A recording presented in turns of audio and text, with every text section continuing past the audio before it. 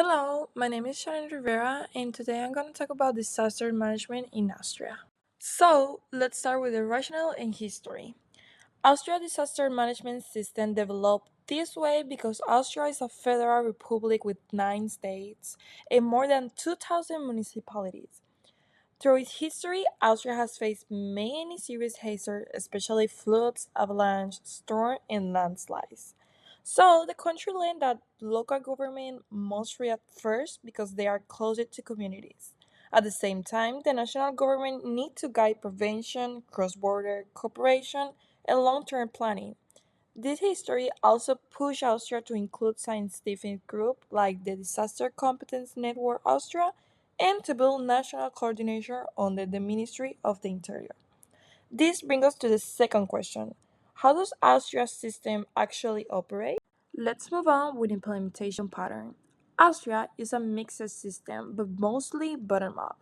Most emergencies begin at the local level where mayors and district leaders take action with volunteer responders. When the disaster becomes larger, the states take control.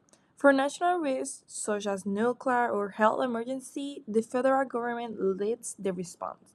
So the system starts locally but always stay connected to a national coordination structure. Now, this brings us to the third question about hazard and planning. Disaster hazards and planning. So first, let's discuss what disaster is Austria prone to. Austria is mainly affected by floods, storm, and wet mass movement, as well as extreme heat or cold and occasionally earthquakes. Then, let's talk about what disaster has Austria planned for. Austria has 18 national risk scenarios, which include floods, heatwave, pandemic, blackouts, and nuclear accidents. One strong example of planning is Vienna's defense system, the Danube Island and the New Danube, which can handle a 5,000-year flood. This system protected the city during the 2013 flood and again during Storm Boris. So this leads us to a question.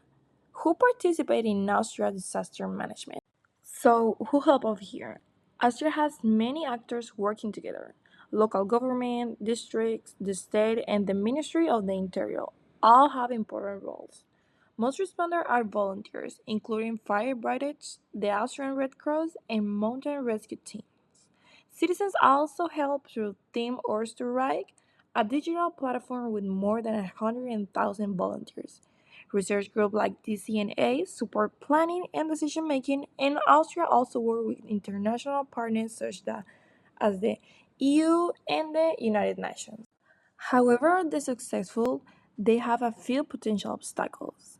Austria still struggles with the indirect effects of disasters, such as long term economic damage. Studies show the country needs better data, modeling, and long term strategies.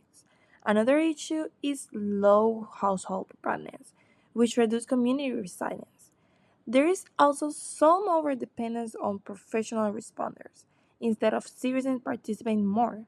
Finally, financial institutional barriers sometimes slow coordinated action, especially as climate change increases the frequency and intensity of hazards. Now, all this brings us to the final question. How have disasters shaped Austria's current policies? Major disasters, especially the floods of 1954, 2002, and 2013, made Austria strengthen its protection system, warning system, and long-term planning. Vienna is a good example with its 5,000-year flood system. At the national level, Austria continues updating its climate adaptation strategy, use scientific research, and work across all levels of government to prepare for stronger climate impacts. It was a long way, but we get there. To our conclusion, Austria showed that resilience is not an accident. It is something a country builds over the time.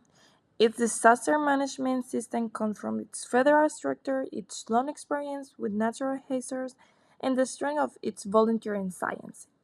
Even with challenges like climate change and low preparedness, Austria continues to move forward, proving that a community can become safer when every level of society work together. So now, before we finish, I have two questions for you guys. Should the US copy any part of Austria's system? If yes, which part? and what surprised you the most about Austria disaster planning. Next, we just have the reference, and this is going to be all for today. Thank you so much.